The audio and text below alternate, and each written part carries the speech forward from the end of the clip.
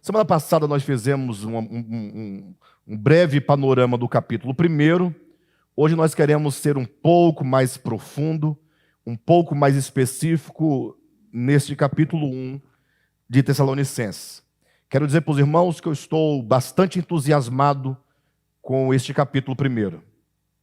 Cada vez que eu leio, eu me surpreendo com todas as ideias espirituais que estão contidas aqui, levando em conta que, uma vez que se trata de uma carta, quando se ler numa leitura superficial, você vê apenas uma saudação, um comentário, mas lembrando que se trata de um texto apostólico, é certo que o conteúdo dessa carta, a despeito do invólucro histórico da carta, no sentido do diálogo aparentemente despretensioso, ele vem carregado de entendimento espiritual, de verdades espirituais, e esse é o nosso desafio, é extrair da carta as verdades espirituais que aqui estão. Eu vou ler com os irmãos novamente o capítulo 1. São apenas 10 versículos, tá bom? Me acompanhe aí na sua Bíblia, ou com a sua Bíblia. Diz assim, vamos ler a partir do versículo 2, tá? Sempre damos graças a Deus por todos vocês, mencionando-os em nossas orações. Lembramos continuamente, diante de nosso Deus e Pai, o que vocês têm demonstrado, o trabalho que resulta da fé, o esforço motivado pelo amor e a perseverança proveniente da esperança em nosso Senhor Jesus Cristo. Sabemos, irmãos amados de Deus, que Deus, os escolheu, porque o nosso evangelho não chegou a vocês somente em palavra, mas também em poder no Espírito e em plena convicção. Vocês sabem como procedemos entre vocês em seu favor. De fato, vocês se tornaram nossos imitadores e do Senhor, pois apesar de muito sofrimento, receberam a palavra com a alegria que vem do Espírito Santo. Assim, tornaram-se modelo para todos os crentes que estão na Macedônia e na Acaia. Porque partindo de vocês, propagou-se a mensagem do Senhor na Macedônia e na Acaia. Não somente isso, mas também por toda parte, tornou-se conhecida a fé que vocês têm em Deus. O resultado é que não temos necessidade de dizer mais nada sobre isso, pois eles mesmos relatam de que maneira vocês nos receberam e como se voltaram para Deus, deixando os ídolos, a fim de servir ao Deus vivo e verdadeiro e esperar dos céus seu Filho, a quem ressuscitou dos mortos, Jesus, que nos livra da ira vindoura. Diga amém.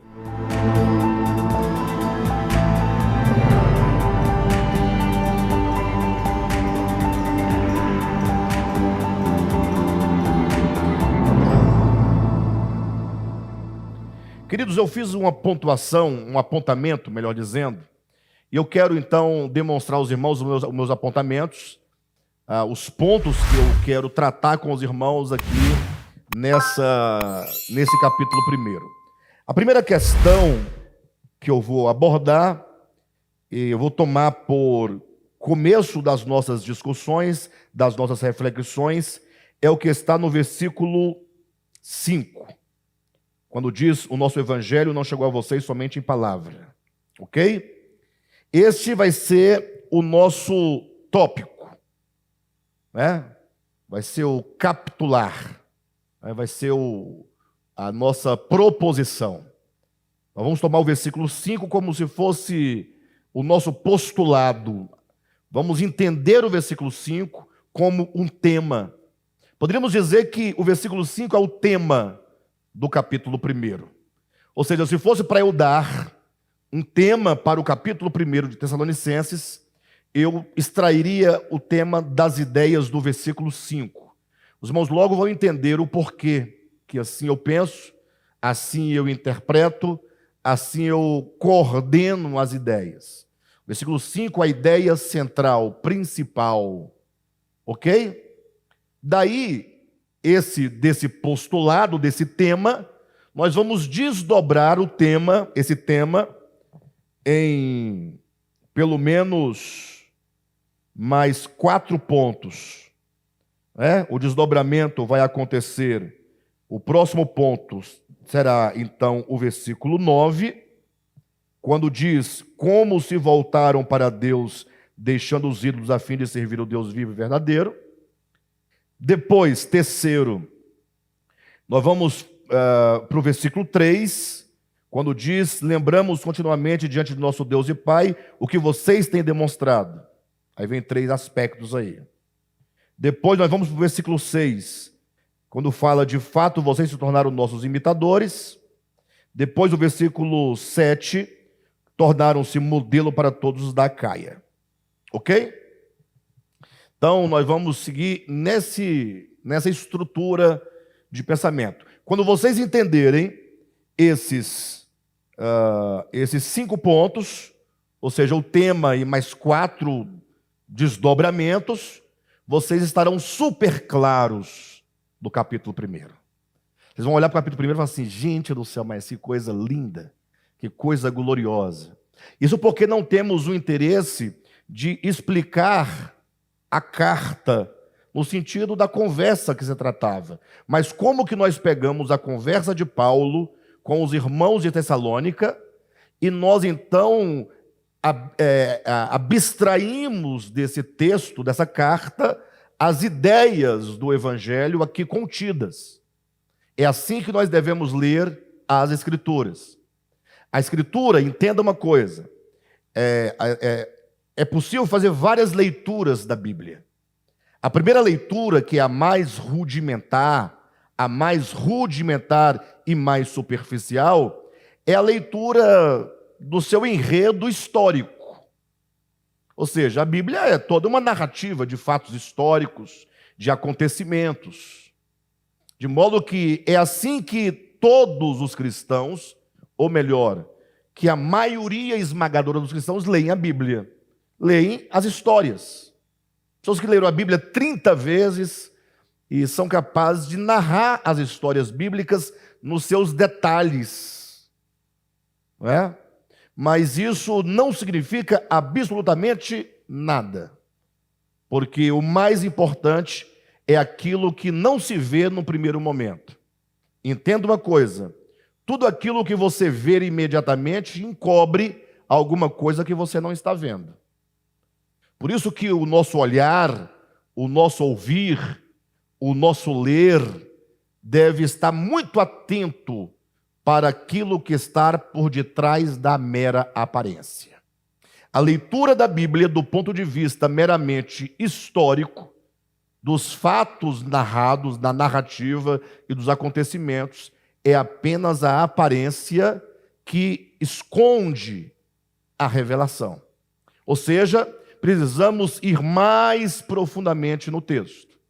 É mais ou menos assim, para vocês entenderem o que eu estou dizendo. O indivíduo lê o livro de Gênesis, né? Tanto é verdade o que eu estou dizendo, desculpe meu cortar o raciocínio, mas os grandes autores de literatura mundial, eles conhecem a Bíblia muito bem, do ponto de vista histórico, da leitura histórica. Então você lê Nietzsche, ele cita a Bíblia. Você lê José Saramago, ele cita a Bíblia. Você ouve um ateu falar, ele cita a Bíblia. Você lê um artigo jornalístico, ele cita a Bíblia.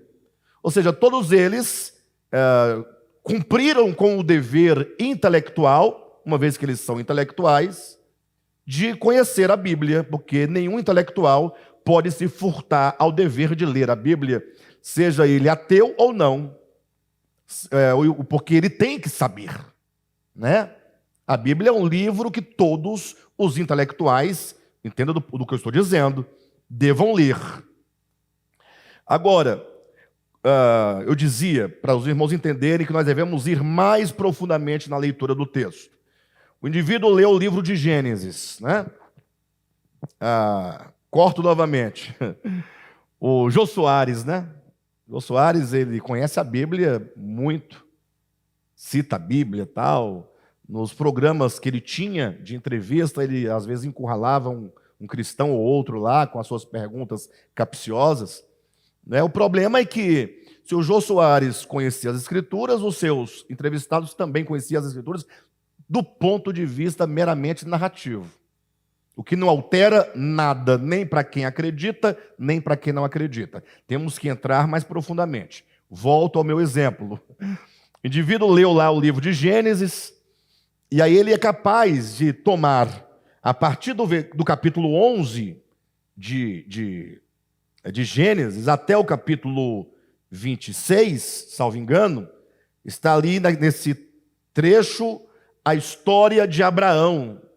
Então ele é capaz de ler a história de Abraão, explicar a história de Abraão, né, até criticar a história de Abraão. O que ele não sabe, ou o que ele precisaria saber, é qual é o significado dessa história do ponto de vista da revelação. Em outras palavras, por que a Bíblia é um livro inspirado? É a pergunta. Será que é porque Deus soprou no ouvido as palavras a serem ditas, coloca uma vírgula aqui e tal? Evidentemente que não, porque do contrário não poderia haver, inclusive, nenhuma tradução, porque mudaria toda a palavra de Deus, se fosse assim. Embora os crentes acreditem que seja assim, mas na verdade não é. A Bíblia é um livro inspirado porque Deus orientou os seus escritores a colocar nas Escrituras aquilo que Deus quer que se coloque para gerar significado. Então a pergunta que se faz não é qual é a história de Abraão, é o que a história de Abraão significa para mim. Porque se a história de Abraão se esgotar nas meras informações acerca de Abraão, para mim não serve para nada. Porque eu não sei quem foi Abraão, não vivi no tempo dele, não devo nada para ele não deve nada para mim, eu não tenho a mínima ideia de como ele seja, nem sei se ele existiu. Entenda do ponto de vista da história, porque ele teria vivido 2.000 anos antes de Cristo. Eu estou 2.000 anos depois de Cristo, então não tem como eu mensurar, ou melhor, não tem como como eu posso colocar, não tem como eu demonstrar a existência de Abraão.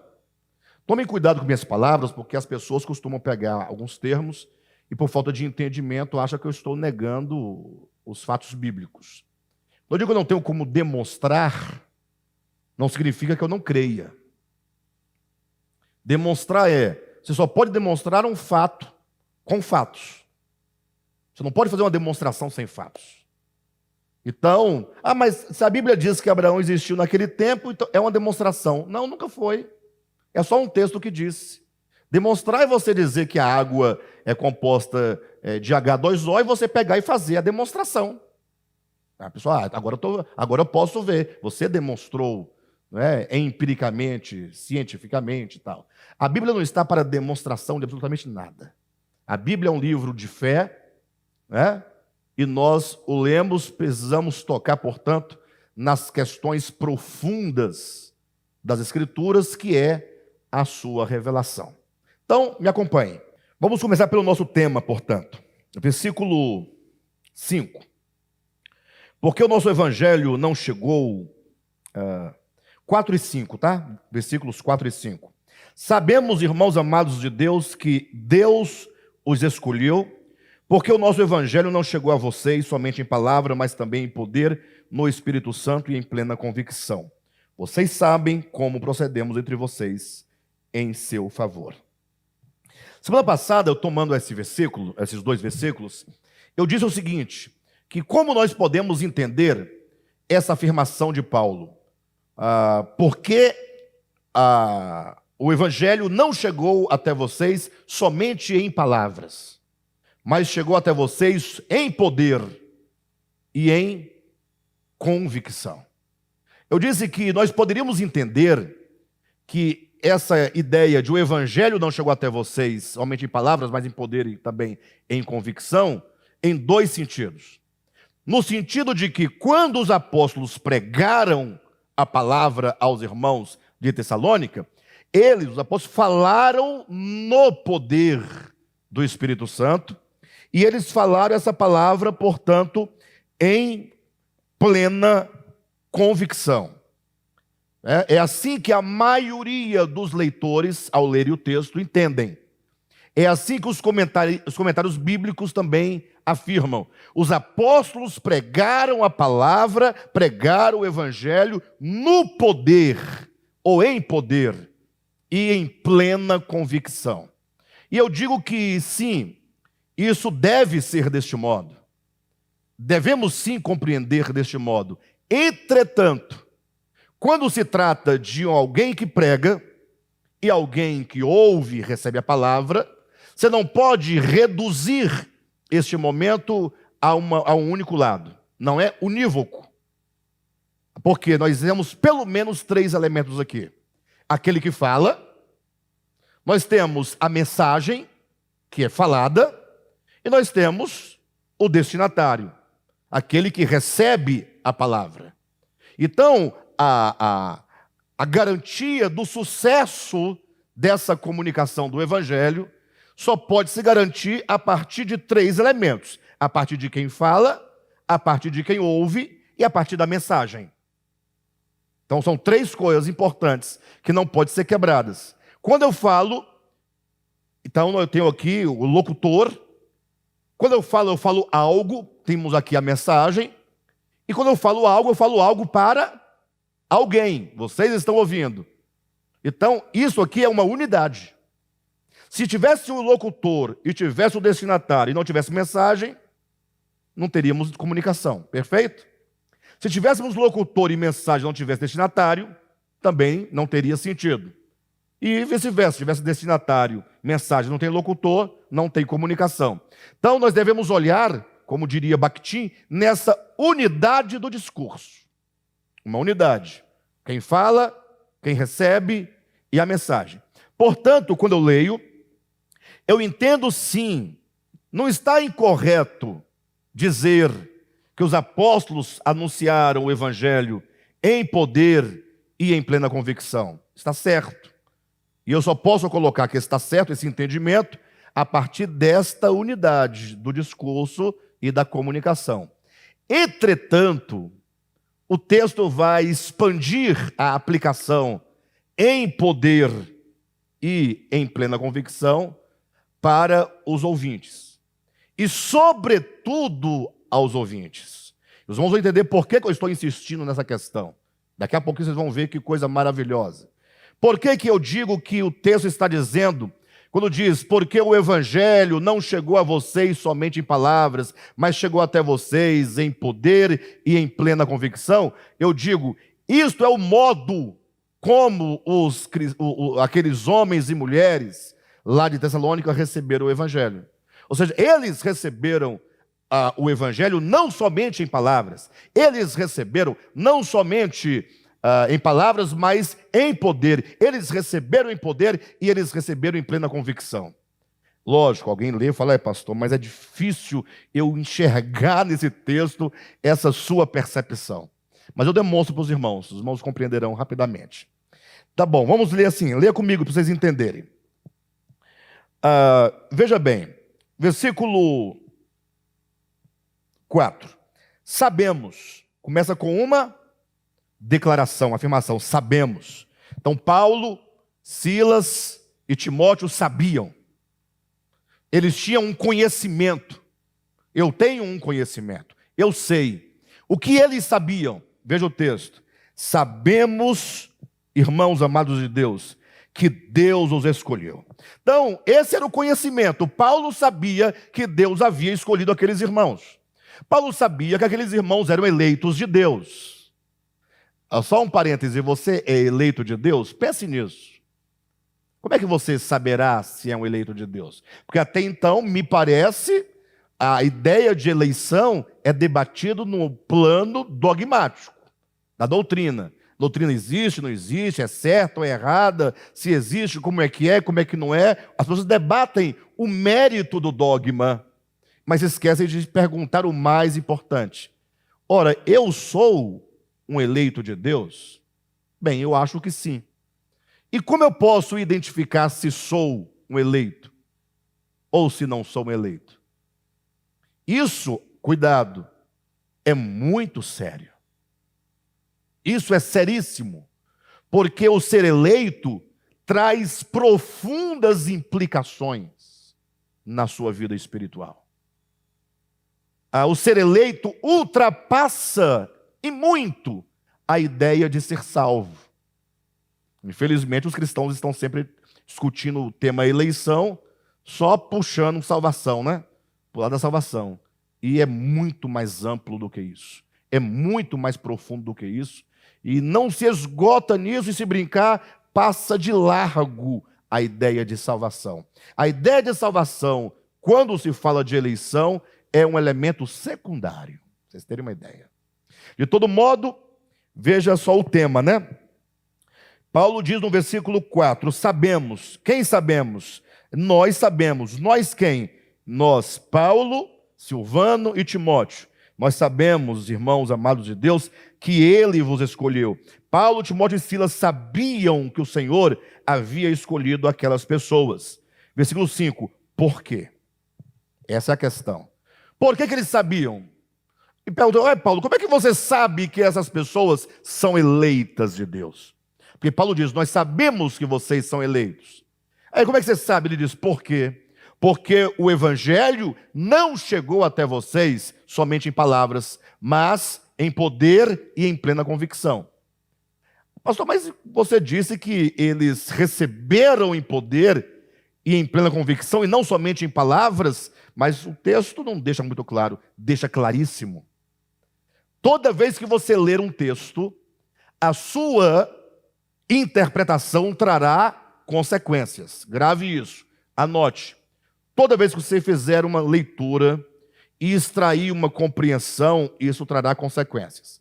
Para aqueles que pensam que o texto está dizendo que Paulo, Silas e Timóteo pregaram no poder do Espírito Santo em plena convicção, o que eu julgo certo em razão da unidade da comunicação, mas o texto diz, sobretudo, que os irmãos é que receberam em poder em convicção. Mas eu te pergunto, para aqueles que acham que se trata somente de quem fala e prega, se Paulo diz, eu sei que vocês são eleitos, porque quando eu preguei para vocês, eu preguei em poder e em plena convicção.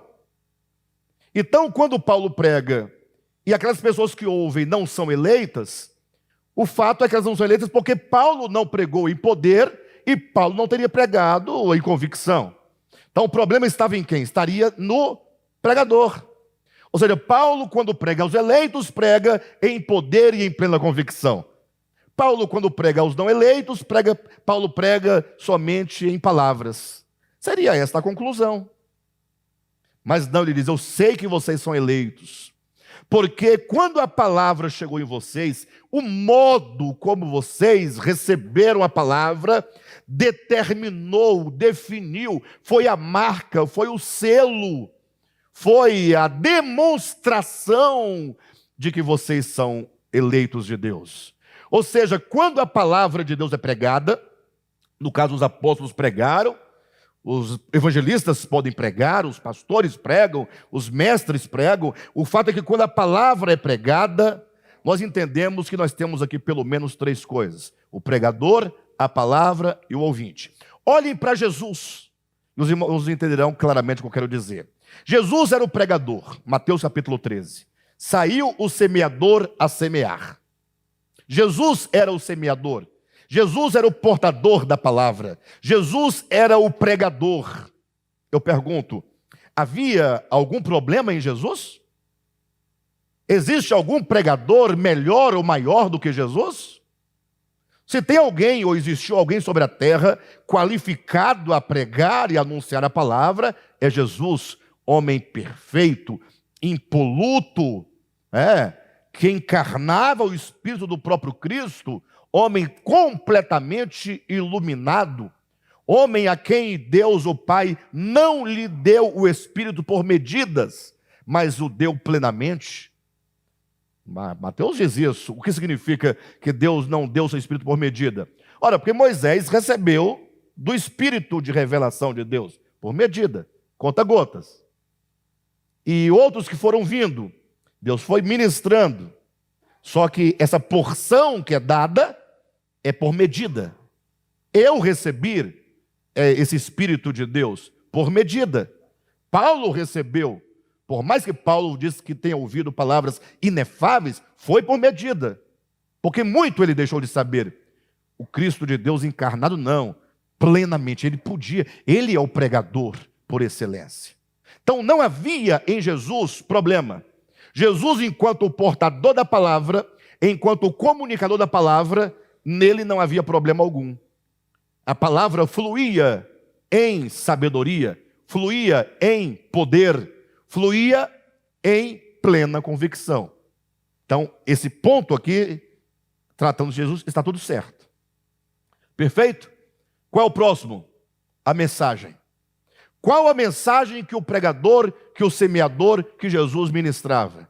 Ele diz, a semente, porque eu estou falando da parábola do semeador, a semente é a palavra do reino. Agora veja, se a semente é a palavra do reino, eu pergunto, essa semente é boa? Essa semente é boa? É boa. Como diria Antônio Vieira, a semente que é a palavra do reino é tão boa que até entre os espinhos ela nasce. Né? Até entre as pedras ela germina. A palavra de Deus, a palavra do reino, que é a semente, é boa. Não há problema com a palavra. Então nós temos Jesus, o pregador, não há problema nele. A mensagem que ele pregava é a palavra do reino, portanto a palavra é boa, a mensagem é boa, a semente é boa, não há problema com a semente. Agora chegamos no terceiro ponto, os ouvintes. É nos ouvintes que se determinará o resultado. Jesus saiu a semear, o que significa? Jesus saiu a pregar. Jesus falava em plena convicção, em poder do Espírito, em plena sabedoria. A palavra era boa, mas quando chega no ouvinte, no coração, é dito que de cada 4 pessoas que ouviam o Evangelho, somente uma recebia a palavra e nela frutificava a palavra. Puxa, se você fosse um camarada, se você fosse uma consultoria, imagina só o Pedrão sendo convidado por Jesus para fazer uma consultoria na empresa, entendo o que eu estou dizendo, na empresa de Jesus. Jesus está pregando o Evangelho e tem lá os dados, porque os discípulos recolhiam os dados, Mateus recolhia os dados. Quantos ouviram, quantos se convertiam de fato, quantos não se convertiam. Aí Pedrão chega lá, pega a documentação, a papelada toda, mas Jesus, vem cá, não estou entendendo. Você prega para 4 pessoas, só 1 se converte, 3 não se converte. Não tem um problema aqui na sua empresa, não?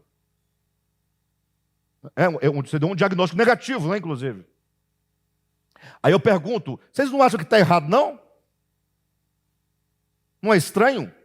Poxa, o pregador é excelente. Jesus.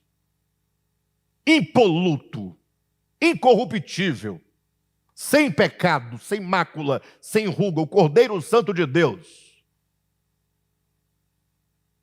A mensagem é boa, é saudável, é pura, é a verdade, é a palavra do reino. Não tem semente como essa. Agora, por que de a cada 4 somente um recebe e entende e frutifica? De cada 8, somente 2. De cada 100, somente 25. Essa empresa vai para frente, pessoal? Fala para mim. Pode fechar. Não é a ideia? A ideia humana? Mas o problema não está na empresa. Primeiro porque o Evangelho de Jesus e o próprio Cristo não são empresas. Então, só coloquei desse sentido para os irmãos avaliarem a questão do resultado. O problema aqui que nós estamos tratando em 1 Tessalonicenses é o resultado. O que Paulo está dizendo? Irmãos, nós sabemos que vocês são eleitos, porque quando nós anunciamos a palavra chegando a vocês, a ideia é, vocês acolheram a palavra em poder e em plena convicção. E eu vou explicar para os irmãos o que significa receber em poder e em plena convicção. Tenham paciência. O que ele está dizendo é: nós estamos vendo em vocês os resultados. A palavra de Deus, que é divina, o Evangelho, que é o próprio Cristo, não chegou, não soou, não foi recebido como meras palavras.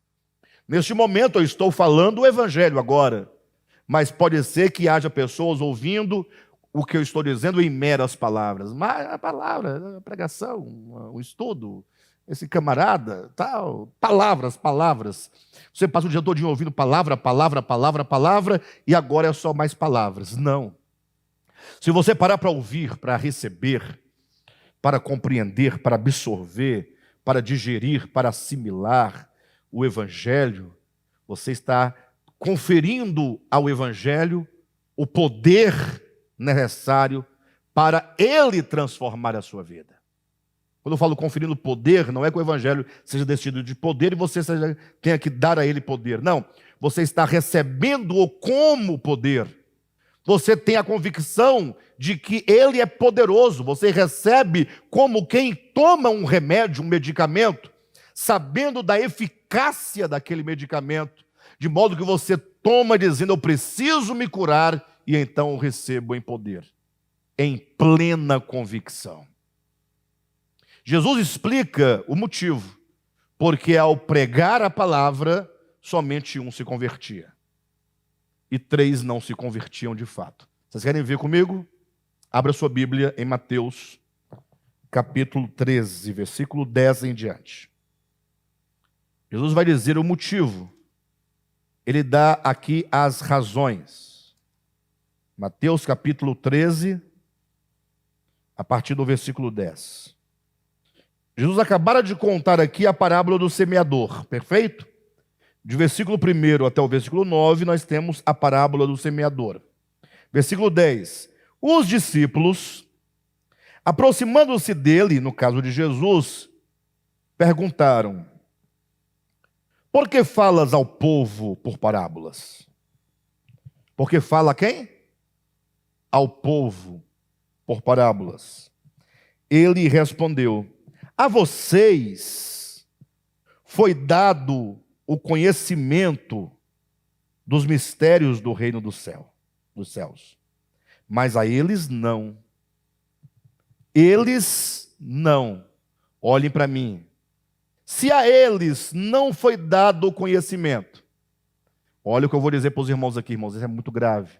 Se a eles não foi dado o conhecimento de compreender, de entender, de assimilar os mistérios do reino dos céus, e a vocês foi dado conhecer esses mistérios, estamos falando de eleição. A vocês foi dado, àqueles não foi dado. Sim ou não?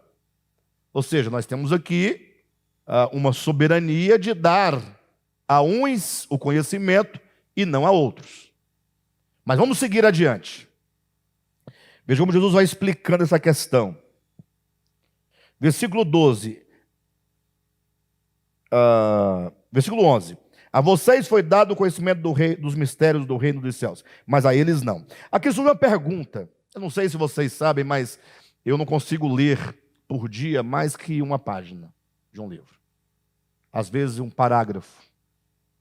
Às vezes um único versículo. E eu passo o dia inteiro lendo. Eu leio o dia inteiro. Não é? Lógico, quando eu faço uma releitura, aí eu vou diminuindo os espaços, né? Eu vou aumentando os espaços, ou melhor, diminuindo os espaços. Mas quando eu pego um texto desse, eu não consigo ler no versículo e ir para o seguinte. Porque esse texto me gera uma série de questões que eu tenho que perguntar. E o texto tem que me responder. Isso é ler. Entenda isso. Saber ler é saber fazer as perguntas corretas ao texto. Olha o que eu estou dizendo. Saber ler é saber fazer as perguntas adequadas para o texto. Se você lê um texto e não pergunta nada para ele, você não leu. Porque quem não pergunta, não colhe resposta. E o texto está aqui para me dizer algo que o próprio texto pressupõe aquilo que eu preciso perguntar. Então, quando diz, porque a vocês é dado conhecer os mistérios do reino dos céus, mas aqueles não, antes de eu seguir a leitura, eu faço uma pergunta. Por que, Senhor? Por que a uns é dado conhecer e a outros não? Olha que está o critério. Por que Deus deu ao Cadmo o discernimento de conhecer os mistérios do reino dos céus e não os deu ao Pedro? Um exemplo, tá? Ou que seria ao Cícero. Por que Deus deu a uns e não deu a outros? Não é uma pergunta lógica? Porque Jesus responde, a uns foi dado, a outros não foi dado. Olha aí. Eu quero saber, Senhor, por quê? Não tenha medo de perguntar porque você não está com sublevação, você não está com rebelião, não. O perguntar por quê é como quem quer entender melhor o que ele está dizendo. Então, se no versículo 11 ele diz que a uns foi dado conhecer o mistério do reino dos céus e aos outros não, eu pergunto, mas por quê? Aí ele diz no versículo 12, a quem tem será o quê? Dado, e este terá em grande quantidade. De quem não tem, até o que tem lhe será tirado. Por essa razão lhes falo por parábolas. Acabou a primeira resposta de Jesus. Ele vai aprofundar a explicação da resposta, mas até que nós já temos o bastante. Olhem para mim. Vou fazer aquela dinâmica que eu sempre faço para os irmãos entenderem. Essa minha ala aqui à minha esquerda são aqueles a quem Deus não deu o discernimento dos mistérios do reino dos céus. Ok? Essa é só uma dinâmica. À minha direita estão os irmãos, né, a quem Deus deu o discernimento de entender os mistérios do reino dos céus. Pastor, qual o critério? Por que essa ala daqui é que não conhece? É porque é a minha esquerda. Porque à esquerda de Jesus fica os bodes. Mateus 25. À direita fica as ovelhas. Bobagem. É só para os irmãos quebrarem um pouquinho o gelo, que está muito tenso, né? Então, feita a dinâmica, vamos lá. Estou aqui pregando, Jesus está aqui pregando, alguém fala assim, Jesus, por que você está falando por parábolas? Poxa, fala claramente. Uai, como é que você quer que o povo entenda? E, obviamente, quem fala quer que o outro entenda ou não. E por que o senhor não fala claramente? Poxa, vai ficar aí essa parábola, a semente, não faz sentido. Não, faz todo sentido. Jesus responde, eu falo por parábolas por um motivo e por uma consequência. Primeiro o motivo. Eu falo por parábolas, porque a vocês é dado conhecer os mistérios do reino dos céus. E eu falo por parábolas porque aqueles não receberam o discernimento. Deus não deu a eles o discernimento. Certo? É a resposta imediata. Mas, puxa vida, mas por que a uns é dado, a outros não é dado? Jesus disse, porque quem tem, esses aqui têm, será dado e terá em abundância. Agora, para quem não tem, até o que tem será tirado. É a consequência. Ou seja, o critério da escolha divina, para quem ele vai dar a revelação, ele quer saber, você tem ou você não tem? E esse ter aqui, a quem tem será dado e terá em abundância, tem um sentido oposto do que se imagina. Igual eu falo, aquele que tem, você pensa em possuir algo, né? Mas esse possuir algo é o possuir do vazio, é o possuir da destituição, é o possuir um espírito totalmente pobre pelo Espírito. Vocês possuem um coração limpo? Vocês possuem um coração desejoso? Vocês possuem um coração que ao ouvir a palavra a toma em poder e em plena convicção? Como é que vocês recebem a palavra?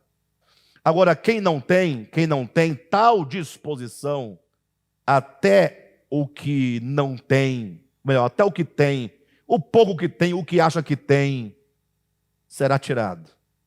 Ou seja, eles pensam que tem o quê? Conhecimento teológico, que é o que os judeus pensavam ter. Pois até isso vai virar confusão no meio de vocês e não vai dar nada. No final, vocês próprios vão abandonar a própria teologia de vocês por perceberem que ela não serve para nada. Alguém pode dizer, pastor, puxa, compreendi claramente, mas não concordo. Vamos continuar lá então, o texto de Mateus? Alguém diz, pastor, não posso concordar com o senhor. Essa ideia de que, bem, você tem que concordar com uma coisa, que conhecer os mistérios do reino dos céus não é dado a todos, porque o texto é explícito.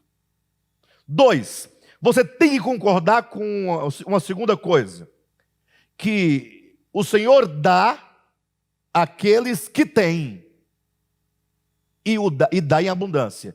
E o Senhor não dá àqueles que não têm.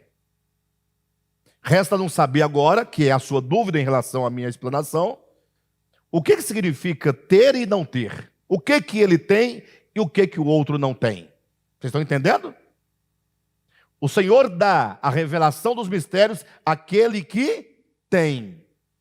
E o Senhor não dá a revelação dos mistérios àqueles que não têm. A pergunta é, o que esses têm, que lhes dão o direito à revelação, e o que aqueles não têm? Continuamos.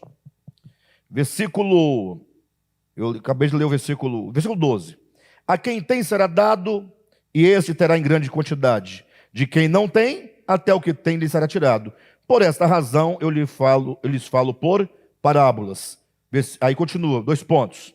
Por quê? Jesus fala por parábolas, porque vendo, eles não veem. E ouvindo, eles não ouvem, nem entendem. Ou seja, me parece dizer assim, olha, quando eu falo por parábolas, eles ouvindo não ouvirão, vendo não verão e não entenderão. Agora vocês, a quem é dado conhecer os mistérios, eu falo por parábolas e vocês vendo, veem, ouvindo, ouvem e entendem. Aí eu não posso continuar, eu tenho que perguntar novamente. Por que a mesma parábola é ouvida por você e compreendida, e a mesma parábola é ouvida por essa pessoa que ouvindo não entende? Porque a parábola é a mesma. Ambos ouvem do mesmo pregador a mesma parábola. Por que aqui vendo não vê? Aqui vendo vê? Aqui ouvindo não ouvem? Aqui ouvindo ouve? E aqui não entende, e aqui entende? Você percebe que existe aqui uma espécie... Tem algo aqui estranho. Imagine só, eu estou falando aqui para vocês. Esse grupo me entende, esse grupo não me entende. Mas tudo são pessoas. Exteriormente olhando, é tudo igual. A palavra é a mesma, o pregador é o mesmo, o momento é o mesmo, a dinâmica é a mesma, o calor é o mesmo. Se alguém dissesse, alguém em casa não está entendendo, alguém fala, não, é porque em casa é outro clima, é diferente, o vídeo, a voz, tudo muda, o timbre muda, o calor muda, tudo muda. Aí, mas aqui, estou falando com vocês, por que ouvindo tais parábolas, este vendo, vê, aquela vendo, não vê, este ouvindo, ouve, aquela ouvindo, não ouve, este entende, aquela não entende? A resposta é, porque você tem e lhe será dado, porque você não tem e até o que tem será tirado. O problema não está no pregador nem na palavra, está naquele que recebe. Você tem, você não tem. Quem está me entendendo? Vamos continuar a ler. Tem o que e não tem o que. Versículo 13. Por esta razão eu lhes falo por parábolas, porque vendo eles não veem, ouvindo não ouvem, nem entendem. Neles se cumpre a profecia de Isaías. O que diz a profecia de Isaías? Ainda que estejam sempre ouvindo, Vocês aqui, ó, vocês quatro aqui, ó. Ainda que estejam sempre ouvindo, vocês nunca entenderão. Ah, mas por que não vai entender? Ah, porque Deus não deu e ponto final. Não, Deus não deu porque vocês não têm. Se liga. Ele não deu porque ele falou, eu não vou dar porque eu não dou e ponto final. Me respeita, eu sou Deus, você é um caco de barro. Não, para. Leia o texto. Ele deu a uns, não deu a outros. Deu a uns porque estes tinham. Não deu a outros porque aqueles não tinham. E por isso diz que nestes que não receberam porque não tinham, neles se cumpre a profecia de Isaías que diz, estes ouvirão, ou ainda que estejam sempre ouvindo, vocês nunca entenderão. Por quê? Ainda que estejam sempre vendo, jamais perceberão. Por quê? Porque o coração de vocês, o coração deste povo, se tornou insensível. Estou falando da parábola do semeador. O coração se tornou insensível.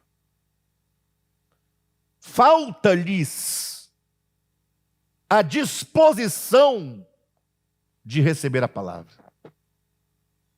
Vocês têm o quê? Disposição, amor pela verdade, desejo pela verdade, anseio pela verdade, a busca pela verdade, o interesse pela verdade. Vocês são puros de coração, vocês são pobres pelo Espírito, vocês estão sedentos, estes estão orgulhosos, não se sentem necessitados, sabem de tudo de teologia. Os judeus eram assim, estou dando as características dos judeus. Estavam tão plenos que quando souberam que o Messias tinha nascido, ao invés de irem adorá-lo, buscaram matá-lo. Nem o Messias eles queriam, embora tivessem como núcleo de sua teologia o próprio Messias. Não tem teologia judaica sem o Messias. Mas eles negaram o Messias, mataram o Messias. Porque o coração desse povo se tornou o quê? Insensível. De má vontade. Ouviram com seus ouvidos. Como é que eles ouviram a palavra? De má vontade. Lembra, vamos voltar só na mente aqui, ó, ao texto de 1 Tessalonicenses. Como foi que aqueles irmãos receberam a palavra? Em poder e em plena convicção. Estes aqui, de quem Jesus fala, receberam de mau grado. Eles receberam, o coração deles se tornou insensível, de má vontade, ouviram com os ouvidos. Eles ouviram, mas ouviram de má vontade. Ou seja, eles não estavam ali para ouvir. Eles ouviram porque acidentalmente estavam no mesmo ambiente em que a voz ecoava. Eles estavam ali para encontrar uma falha em Jesus, estavam ali para pegar Jesus num embuste, eles estavam ali tentando, então porque eles estavam ali acabavam ouvindo, mas não ouviam como se deve ouvir, ouviam de mau grado, eles ouviram com má vontade, ouviram por força de circunstância exterior. Quem está entendendo? O que nós estamos colocando aqui? Qual que é o nosso tema? O tema de 1 Tessalonicenses. Sabemos que vocês são eleitos de Deus, porque a palavra chegou a vocês. Chegou a vocês. Não diz que a palavra foi pronunciada em poder, embora seja isso verdadeiro, porque não poderia ser de outra maneira. Mas o texto quer dizer, porque chegou a vocês. Como é que ela chegou a vocês? Qual foi a recepção? Então Paulo diz, eu sei, Timóteo sabe, Silas sabe, nós sabemos que vocês, amados irmãos de Deus, são eleitos porque vocês tomaram a palavra, ouviram de bom grado. Vocês ouviram com vontade de verdade. Essa é a expressão hermenêutica, vontade de verdade. Vontade de verdade não é a vontade que é de verdade. É vontade, é desejo pela verdade. É um coração sempre querendo, sempre desejoso. E agora, olha lá, segura a onda. Ainda que você, num dado momento, discorde de alguma coisa, mantenha o desejo de compreender. Você não deve ouvir e aceitar e ponto final. Não. Você ouve, compreende e aceita aquilo que é aceitável no seu entendimento. E aquilo que porventura não é aceitável, não vire as costas neste momento. Vá até o mais profundo para discernir ou para saber se você não aceita porque não compreende, ou se não aceita porque você não aceita a verdade, ou você não aceita porque desejando pela verdade, amando a verdade, descobre que aquilo não é a verdade. Mas vai até o fim. Quem ouve algo e se vira as costas e sai, não tem vontade de verdade, não tem amor pela verdade, ouve de mau grado. Porque ele se coloca como o Senhor da palavra. A palavra vem, ele julga superficialmente, nunca leu um livro na vida inteira. Vira as costas e sai. Estou falando do tema do capítulo 1. Por que Paulo e Timóteo e Silas sabiam que os irmãos eram eleitos? Porque eles ouviram a palavra, receberam a palavra em poder, receberam em plena convicção. Estamos entendendo esse tema aqui em Mateus 13. Por que eu trouxe os irmãos para Mateus 13? Eu não saí de lá. Eu estou exemplificando o que nós estamos lendo lá em Mateus 13. Por quê? Porque em Mateus 13 o pregador é perfeito e a palavra é perfeita. O problema está no coração de quem ouve. E falando então sobre essa recepção da palavra. Recepção da palavra. Como você ouve, como você vê, como você recebe, este é o ponto. Como? Jesus então disse, eu falo por parábolas, porque quando eu falo por parábolas, olhe para mim, aqueles cujo coração ouve de má vontade, ou com má vontade, aqueles cujos corações não têm vontade de verdade, não têm amor pela verdade, eles ouvindo a parábola, eles não terão nenhum esforço, absolutamente, para buscar a compreensão do significado das parábolas. Vocês acham que Jesus é bobo em achar que a parábola do semeador, a parábola do joio, a parábola é indiscernível? Não, é discernível. A parábola é discernível. Só que, porque sendo discernível, é discernível a uns e não a outros. Porque os outros não têm nenhum interesse. Por isso que quem teve interesse diz, Jesus, vem cá, por que você está falando por parábolas? Me fala aí. Eles buscam Jesus no particular. Jesus fala as parábolas a todos, as multidões, no externo, mas só os eleitos procuram Jesus no particular, para falar, Senhor, eu quero compreender essas tuas palavras melhor. Ensina-nos. Dá-nos o entendimento. A estes que têm, será dado. E aos que não têm, até o que têm lhes será tirado.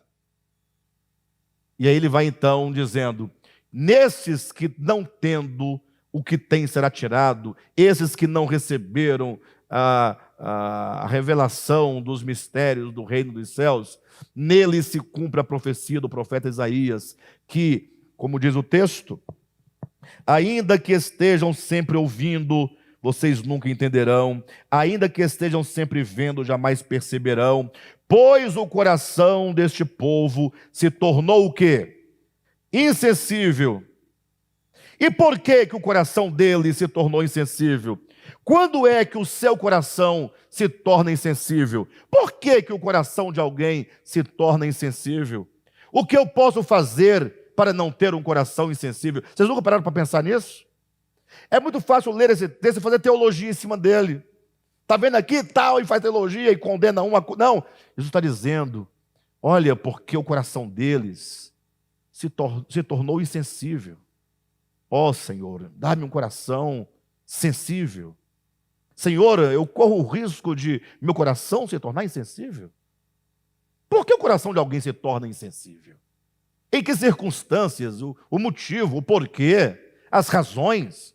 Vocês não querem saber disso? Nós temos que ler a Bíblia nesse sentido. E ele diz, ora, como é que um coração não se torna insensível? Se você ouve o evangelho de mau grado. Como é que não se torna insensível se a sua busca não é a verdade? Como é que não se torna insensível se você despreza a verdade? Como é que não se torna insensível se você julga que você é a verdade? Ou que o seu conhecimento teologal é a verdade? Você se colocou acima da verdade? Você reduziu a verdade ao gargalo da sua mente. Então, não há verdade no coração quanto à busca pela verdade. O coração desse povo se tornou insensível. De má vontade ouviram com os ouvidos e fecharam os olhos. E fecharam os olhos. E fecharam os olhos. Ah, então está aqui, ó, claramente. A esses a quem não foi dado discernir os mistérios, não foi dado porque o coração de vocês é insensível. Insensível como aquela terra em que o semeador lançou a semente. Ali a terra é feita no contexto da parábola, é um campo, a terra é para semear, a terra existe para receber a semente no seu seio, para que no útero da terra germine ali o germe da palavra, o germe da verdade. É como a terra que se abre para acolher no seu âmago a semente. Agora, se a terra está aqui para receber a semente, pensa na terra, o semeador saiu a semear, poxa, mas chegou num dado coração, numa dada terra, a terra não estava sulcada, não estava fendida, não estava rompida para receber a semente. O que aconteceu com aquela terra? Tornou-se uma pavimentação, terra batida. A semente ficava só na superfície. Sabe o que significa essa parte da parábola? Se a terra não tem que estar lavrada, não tem que estar arada, como é que se ara uma terra? Não é com os guilhões de ferro que penetra e vai criando aqueles sulcos, né? E vai rasgando, e vai tirando a dureza, e vai... É um coração que está, Senhor, eu quero, traga-me a tua palavra, semeie a tua palavra aqui dentro. Ah, mas o coração que era nesse primeiro caso, uma terra batida, sabe quando pessoas vão caminhando sobre aquela terra, ela vai ficando endurecida e passa depois animais, carro de boi, passa um carro e passa gente, e trafega, e vira uma estrada? O que significa esse coração? Não vai pelo aspecto da estrada, vai pelo aspecto da ação. A semente cai naquele coração porque é uma terra. Ou cai naquela terra porque é um coração. Agora, qual é o efeito que uma semente causa? Qual é o impacto de uma semente jogada na beira de um caminho? Solta, livre, não entra na terra, não tem acesso à terra. Que tipo de coração é esse? É um coração indiferente. A semente nem entrou na terra. A palavra vai, é como diz, entra no ouvido, sai no outro. Indiferença total. Esse tem? Essa pessoa que ouve indiferentemente, tem? Não tem. E o que tem, lhe será tirado. Vocês entendem bem? E assim, só para os irmãos entenderem a ideia do solo, da terra, da palavra. Continua o texto comigo aqui, capítulo 13, versículo 15. Pois o coração deste povo se tornou insensível, de má vontade ouviram com seus ouvidos e fecharam os olhos. Eles fecharam os seus olhos. Aquela semente caiu à beira do caminho, fala daqueles de olhos fechados. Mas não eram olhos fechados porque não tinha olhos. Não eram olhos fechados porque alguém os fechou. Eram olhos fechados porque eles próprios fecharam os seus olhos. Se assim não fosse, se assim não fosse, se assim não fosse, se não fosse desse modo, se eles não tivessem feito assim, se não tivessem agido assim, poderiam ver com os olhos, ouvir com os ouvidos, entender com o coração e converter-se, e eu os curaria. Na versão atualizada, revista atualizada, diz assim: porque este povo fechou os olhos para não ver. E eles fecharam os ouvidos para não ouvir. Para não acontecer, gente do céu, isso é grave. Para não acontecer, olha, vou voltar de novo, vou falar de novo. Este povo, estou falando agora na versão revista e atualizada. Este povo fechou os olhos. Para quê? Para não ver. Este povo fechou os ouvidos. Para não ouvir. Aí o Cadmo falou assim, mas, puxa vida, não dá para entender essa turma. Como é que alguém fecha os olhos para não ver? Faz sentido? Não faz sentido? Você não vê razão? Como é que alguém fecha os ouvidos para não ouvir? Não tem sentido? Aí a pessoa responde para o Cadmo, tem muito sentido. Eles fecharam os olhos para não ver. Fecharam os ouvidos para não ouvir, para não acontecer uma coisa. Porque eles sabem que se eles abrirem os ouvidos, abrirem os olhos, eles entenderão. E se eles entenderem, serão por mim curados. E eles não querem ser curados. Esse é o ponto. Então eles sabem, poxa, se eu abrir os olhos eu verei. Se eu abrir os ouvidos eu entenderei. Se eu abrir os olhos, os ouvidos, entendendo e vendo, eu vou entender. E se eu entender, eu serei curado. Como eu não quero ser curado, eu não vou ouvir e eu não vou ver. Onde é que está o problema? No coração. Quem está entendendo? Volta para Tessalonicenses, capítulo 1 de 1 Tessalonicenses. Estamos só no é a segunda mensagem, viu, irmãos, deste livro. Estamos trabalhando o tema do capítulo 1, versículos 4 e 5. Sabemos, irmãos amados de Deus, que Ele os escolheu. Nós sabemos, Paulo sabia, Timóteo sabia, Silas sabia, e qualquer um que olhasse para eles saberiam, porque estava na cara, porque estava estampado, porque estava marcado, porque estava evidente. Em outras palavras, é evidente, o eleito é evidente. É evidente o eleito. É olhar e você saber, não tem como.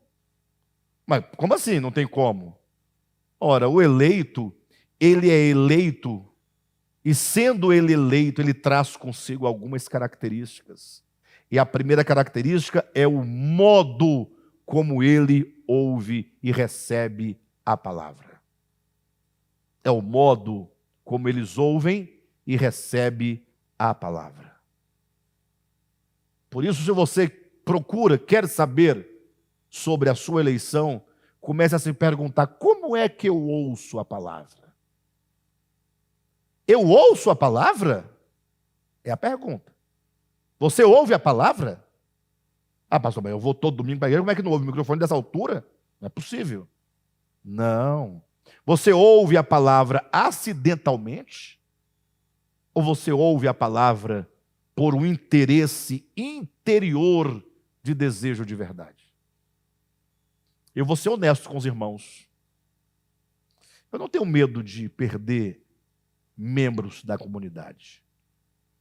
Cuidado. Eu não tenho medo, sim. O desejo meu é que todos fiquem, permaneçam, continuem, cresçam, desenvolvam. Mas eu digo assim, eu não vendo as minhas convicções para manter alguém aqui dentro. Eu não vendo. Por que eu digo isso? Porque você tem que se perguntar: por que eu estou aqui, ouvindo a palavra? Eu não perderia meu tempo com igreja nenhuma, nem com essa, nem com qualquer outra, se eu não tivesse um interesse real pelas coisas que ali acontecem. Eu sou honesto. Eu não perderia o meu tempo com esta igreja e com qualquer outra, e mesmo com qualquer outra coisa, né, se eu não tivesse por aquela coisa um interesse profundo.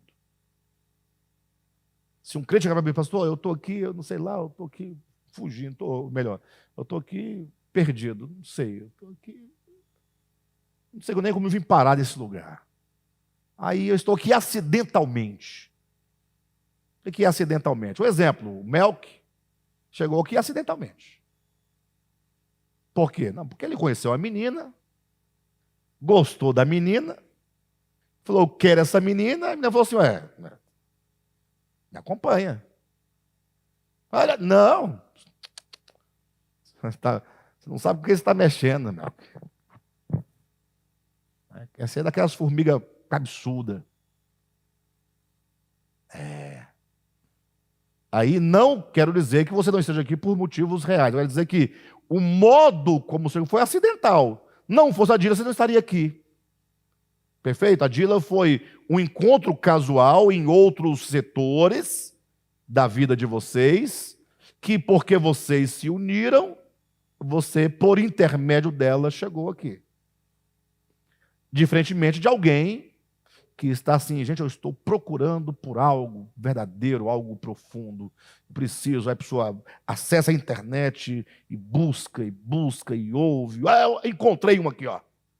Aqui é uma busca, não é acidental. A pessoa estava procurando, estava em busca e encontrou o que buscava. Lógico que essa pessoa que estava procurando por interesse não significa que vai ficar. E também não significa que quem chegou acidentalmente não vai ficar. Tem nada a ver. Tudo vai depender como, a partir de agora, que aqui estou, como eu reajo ao que está acontecendo. Certo? Chegar acidentalmente é normal. Permanecer acidentalmente não é normal. Eu sou honesto com os irmãos. No dia que essa igreja aqui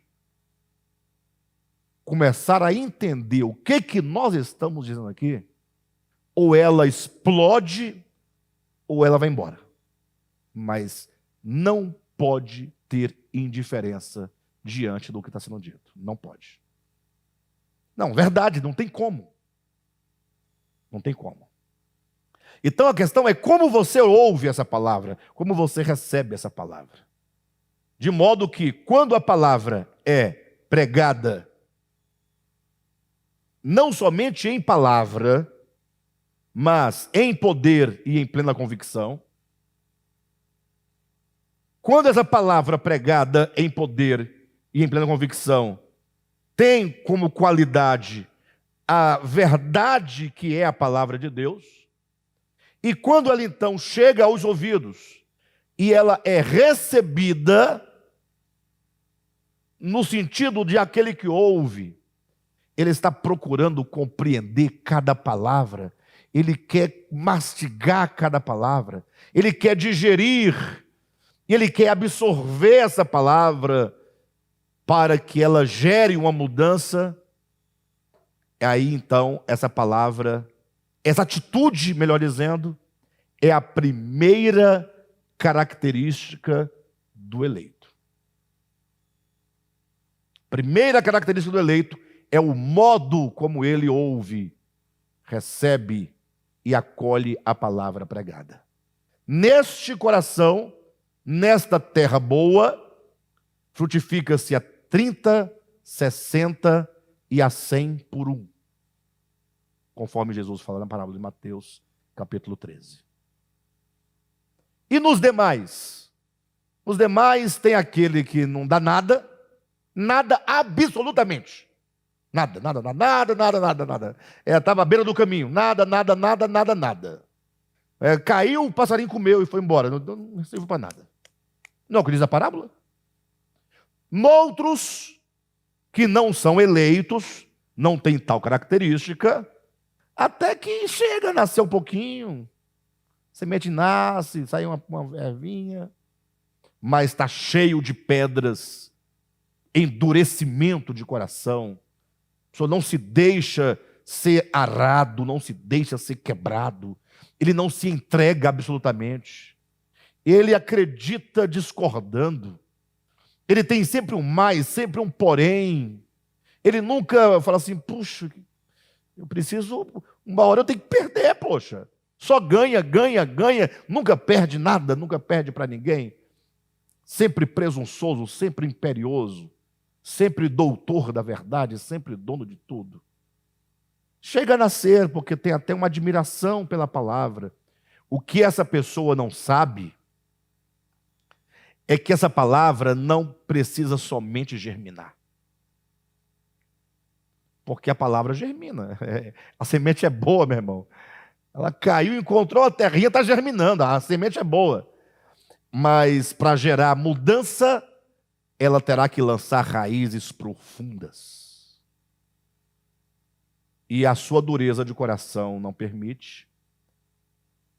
O que essa pessoa não sabe é que essa plantinha que nasceu terá que ter raízes profundas, porque ela vai ter que encarar o calor altíssimo do sol meridiano sobre ela, que são as provações e as perseguições por causa da palavra. Quando o indivíduo descobre que o evangelho é provação, é perseguição, renúncia, quenoses, cruz, aniquilação do ego, aí ele falou, opa, acho que houve um equívoco aqui no processo, né? Não é bem isso que eu estava querendo, né? Aí cai fora logo. Tem aquele outro que até cai, nasce. O problema é que nasce porque tem terra, e a terra e a semente nasce na terra, mas essa terra está cheia de espinhos. Os espinhos é a fascinação por este mundo e o amor às riquezas. A gente lê isso, a gente pensa, não é para mim essa questão, não é para mim. Não é para mim, porque eu não sou rico, minha vida é uma vida normal, tem uma coisinha ou outra, mas não é riqueza, não é bobagem. Meus irmãos, mas eu já vi e vejo pessoas deixarem, abandonarem a congregação, a reunião tão maravilhosa, tão rica, por causa da sua suposta sobrevivência. Quando eu falo suposta, é porque aquele horário ali não faria diferença substancial nenhuma na vida daquela pessoa. Nenhuma. Vocês entendem? Ou seja, O que a pessoa é capaz de fazer por causa das riquezas? Então, a riqueza em qualidade, não em quantidade. Qualquer coisa. Congregar é totalmente secundário. Congrega-se quando pode. Quando não pode, não congrega. No caso desse que eu estou colocando. Não é? O que a pessoa faz? Abandona a família. Pessoas que passam a vida inteira sem não ver os filhos crescerem, nada, em busca da riqueza. A pessoa nunca foi rica, mas em busca do dinheiro. O dinheiro que não tem, quando vem, é pouco. É só mesmo para ele ficar preocupado se alguém vai roubar o dinheiro dele. Mas não dá nada. Não sai do lugar. Não fica rico. E se ficar também, qual a diferença que faz? Então, esse é o tema do capítulo 1. Qual o tema? Como identificar um eleito de Deus. Você pode escolher. Ou a primeira e crucial característica de um eleito. Ou a recepção, o modo de recepção da palavra de Deus pelo ouvinte determina se este é ou não um eleito de Deus. Essa é a questão. E aí, o que nós veremos na próxima semana? Não só, por que esse aqui é o tema, né? Por que isso é o tema? E o que nós veremos como desdobramento desse tema na próxima semana. Aí Paulo, primeiro, no tema, ele diz que ele assevera, ele assegura a eleição dos irmãos, porque o modo como eles receberam a palavra identificou esse fato, mas não somente o modo. Semana que vem nós vamos ver os frutos. Ou seja, se o pregador prega a palavra no poder do Espírito Santo e em plena convicção, se a palavra é a verdade de Deus, a semente é boa, se o ouvinte, sendo eleito, ele ouve o modo como ele recebe, ele acolhe a palavra, a recepção da palavra se dá com um coração de desejo de verdade, amor pela verdade, vontade de verdade, ele ouve porque deseja, ele acolhe a palavra, ele assimila a palavra, ele come a palavra. Agora nós teremos o quê? Um resultado. Qual é o resultado? A palavra de Deus, ela é quem nos regenera. Vós fostes regenerados pela palavra de Deus, disse Pedro. Essa regeneração é mudança orgânica de mente, consciência e coração. Olha, e Paulo demonstra essas mudanças aqui no capítulo 1, só apontando para os irmãos, como eu falei, que nós iríamos desdobrar esse tema. Primeiro desdobramento e prova desse fruto, no versículo 9, é que eles se voltaram para Deus, deixando os ídolos para trás. Não tem como a palavra fazer o efeito no eleito e ele continuar com os ídolos. Não, eles deixam os ídolos, se voltam para Deus.